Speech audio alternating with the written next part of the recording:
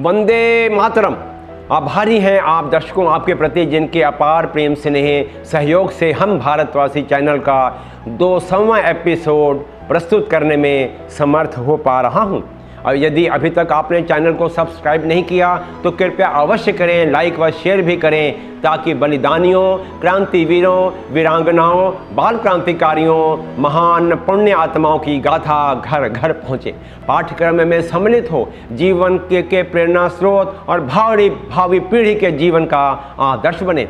विषय को हम 2 भागों में प्रस्तुत कर रहे हैं। प्रथम भाग आज व दूसरा भाग अगले एपिसोड में। कृपया आप दोनों एपिसोड अवश्य देखिएगा। हम भारतवासी चैनल का 200वां एपिसोड समर्पित है एक ऐसे महान शूरवीर योद्धा, अपार ऊर्जा से सराबोर, उच्च जीवन आदर्शों के पालक, जिनकी उत्कृष्ट प्रशासनिक कुशल युद्ध रणनीति आज भी भारतीय सेना के लिए नज़ीर है, जिन्होंने कड़ाके की ठंड, शून्य से भी कम तापमान में बर्फीली पहाड़ी चोटियों के दुर्गम रास्तों पर युद्ध लड़े, विजय श्री प्राप्त की, महान बलिदान दिया, जिनकी बदौलत लद्दाख आज हमारे भारत के मानचित्र में है। आज लाखों पर्यटक प्रत्येक वर्ष खूबसूरती निहारने लद्दाख पहुंचते हैं।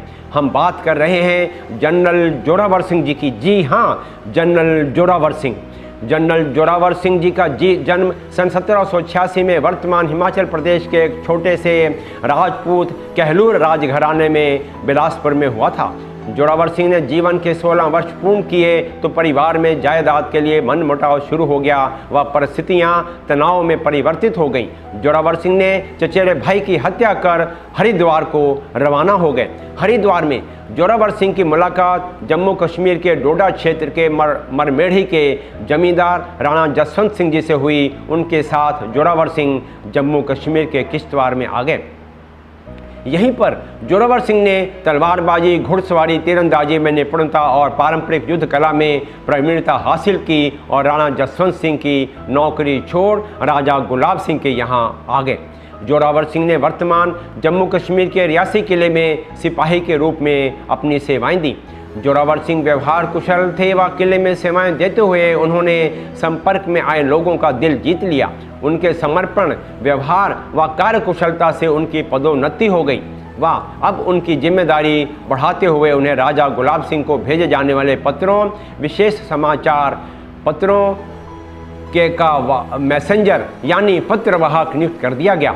अब जोरावर सिंह का राजा गुलाब सिंह से मुलाकात का सिलसिला प्रारंभ हुआ तो जोरावर सिंह राज्य के प्रशासन संबंधित सुझाव भी राजा गुलाब सिंह को देने लगे।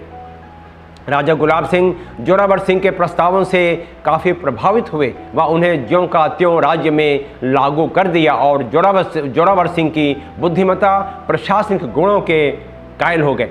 राजा गुलाब सिंह ने अब जोरावर सिंह को जम्मू क्षेत्र के सभी जिलों में होने वाली आपूर्ति का प्रभारी बना दिया एवं जोरावर सिंह को उनके द्वारा सुझाए गए प्रस्तावों को लागू करने के लिए भी कहा। सन 1814 रियासी राजा गुलाब सिंह के राज्य में मिल गया तो वहां भीमगढ़ नामक किला बनाने के लिए जोरावर सिंह को जिम्मेदारी दी गई, जो कि अपने आप में एक बहुत बड़ा चुनौतीपूर्ण कार्य था, क्योंकि वहां किला बनाने में कई प्रकार की बाधाएं, विरोधाभास थे, विद्रोही थे। परंतु जोरावर सिंह ने विद्रोह करने वालों को जल्द ही शांत कर किला तैयार कर लिया। जब महाराजा रणजीत सिंह ने गुलाब सिंह को सन 1820 में जागीरदार बनाया तो उन्होंने जोरावर सिंह को वजीर बना दिया। सन 1821 में राजा गुलाब सिंह ने जोरावर सिंह की प्रशासनिक क्षमता को आंकते हुए उन्हें स्वतंत्र रूप से जम्मू कश्मीर के खुशहाल एवं किश्तवाड़ का गवर्नर नियुक्त कर दिया। बहुत कम समय में ही जोरावर सिंह ने कई राज्यों पर विजय प्राप्त की तथा राज्य के लिए अकूत संपत्ति भी अर्जित की।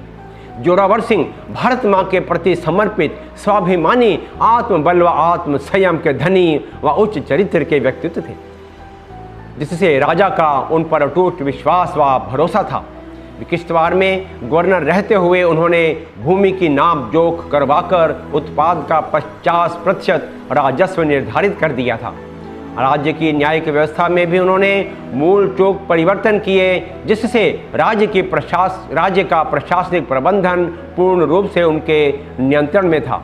जब जनरल जोरावर सिंह की ओर से जंग का बिगुल बजता तो पहाड़ों से नीचे रहने वाला जनमानुस ठिठुर जाता था, क्योंकि यदि जनरल जोरावर सिंह ने युद्ध का बिगुल बजाया तो उनका विरोध करने का कोई भी साहस नहीं कर पाता था। उनकी विजय निश्चित होती थी। बर्फीली चट्टानों, शून्य से भी कम तापमान, दुर्गम पहाड़ी रास्तों पर युद्ध लड़ना, विजय प्राप्त करनी, यह अद्भुत योग्यता केवल और केवल जनरल जोरावर सिंह में ही थी, जो कि राजा गुलाब सिंह की सैन्य संगठन के प्रमुख जनरल व सैनिक कार्रवाइयों के प्रमुख पात्र थे, जिन्होंने रोमांचित करने वाले युद्ध लड़े व डोगरा सैनिकों को प्रशिक्षित किया। सन 1834 में जनरल जोरावर सिंह ने लद्दाख का रुख किया और 5000 प्रशिक्षित डोगरा सैनिकों के साथ कारगिल में प्रवेश कर गए। विरोध हुआ, संघर्ष हुए, परंतु जोरावर सिंह विजयी हुए।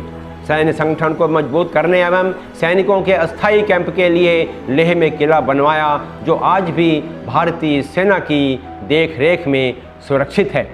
तत्पश्चात लद्दाख के सेखू, कत्सले, शेलगल इत्यादि स्थानों पर विजय पताका लहराते हुए जब मुलबेह में पहुँचे तो लद्दाख के राजा नामग्याल ने संधि पत्र के साथ अपना दूत वहां भेज दिया। जनरल जोरावर सिंह ने राजा के दूत के सामने शर्त रखी कि लद्दाख का राजा महाराजा रणजीत सिंह का जागीरदार बनकर रहेगा और राजा को वार्षिक 20,000 रुपये राजस्व के रूप में तथा 50,000 रुपये युद्ध में हुए खर्चों को यदि अदा करता है तभी शांति संभव हो सकती है। लद्दाख के राजा नामग्याल ने इसे सहर्ष स्वीकार कर लिया। अब लद्दाख महाराजा रणजीत सिंह के राज्य के मानचित्र में दर्ज हो गया। अब बाल्टिस्तान का रुख किया। बाल्टिस्तान का लगभग 15,000 फीट की ऊंचाई पर युद्ध लड़ना बहुत ही जोखिम व चुनौतीपूर्ण कार्य था, परंतु अदम्य साहसी महान शूरवीर योद्धा जोरावर सिंह ने बाल्टिस्तान से युद्ध लड़ा और विजयश्री प्राप्त की। जोरावर सिंह के जीवन की विशेषता थी कि उन्होंने कभी भी वेतन नहीं लिया, अपने लिए कभी कपड़े नहीं सिलवाए, यहाँ तक कि उन्होंने अपने परिवार के भरण पोषण की चिंता भी नहीं की। उनके परिवार के भरण पोषण की जिम्मेदारी राजा स्वयं करते थे तथा जो कपड़े वह सिलवाकर भेजते वही जोरावर सिंह पहनते थे।